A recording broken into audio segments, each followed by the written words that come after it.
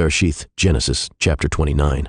Then Yaakov went on his journey, and came into the land of the people of the east.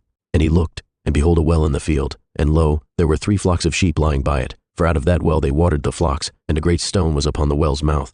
And thither there were all the flocks gathered, and they rolled the stone from the well's mouth, and watered the sheep, and put the stone again upon the well's mouth in his place.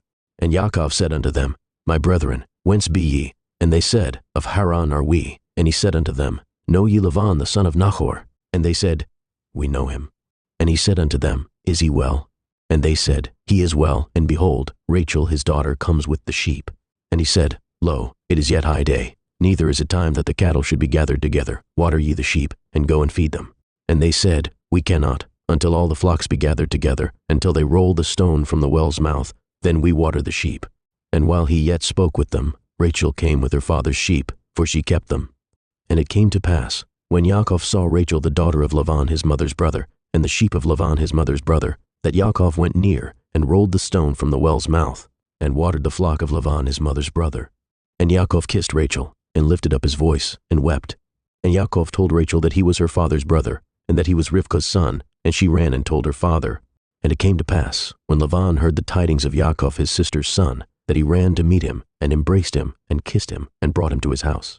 And he told Lavan all these things. And Lavan said to him, Surely you are my bone and my flesh.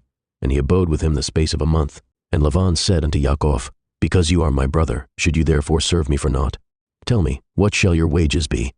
And Lavan had 2 daughters. The name of the elder was Leah, and the name of the younger was Rachel. Leah was tender-eyed, but Rachel was beautiful and well-favored. And Yaakov loved Rachel, and said, I will serve you 7 years for Rachel your younger daughter. And Lavan said, It is better that I give her to you, than that I should give her to another man abide with me. And Yaakov served 7 years for Rachel, and they seemed unto him but a few days, for the love he had to her. And Yaakov said unto Lavan, Give me my woman, for my days are fulfilled, that I may go in unto her. And Lavan gathered together all the men of the place, and made a feast. And it came to pass in the evening, that he took Leah his daughter, and brought her to him, and he went in unto her.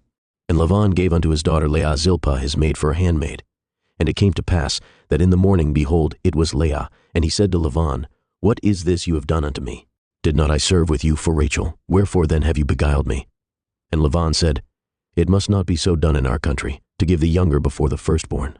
Fulfill her week, and we will give you this also for the service which you shall serve with me yet 7 other years. And Yaakov did so, and fulfilled her week, and he gave him Rachel his daughter to be his woman also. And Lavan gave to Rachel his daughter Bilhah his handmaid to be her maid. And he went in also unto Rachel, and he loved also Rachel more than Leah, and served with him yet 7 other years. And when Yahweh saw that Leah was hated, he opened her womb, but Rachel was barren. And Leah conceived, and bore a son. And she called his name Reuven, for she said, Surely Yahweh has looked upon my affliction, now therefore my man will love me. And she conceived again, and bore a son, and said, Because Yahweh has heard that I was hated, he has therefore given me this son also. And she called his name Shimon. And she conceived again, and bore a son, and said, Now this time will my man be joined unto me, because I have borne him 3 sons. Therefore was his name called Levi. And she conceived again, and bore a son, and she said, Now will I praise Yahweh. Therefore she called his name Yehudah, and left bearing.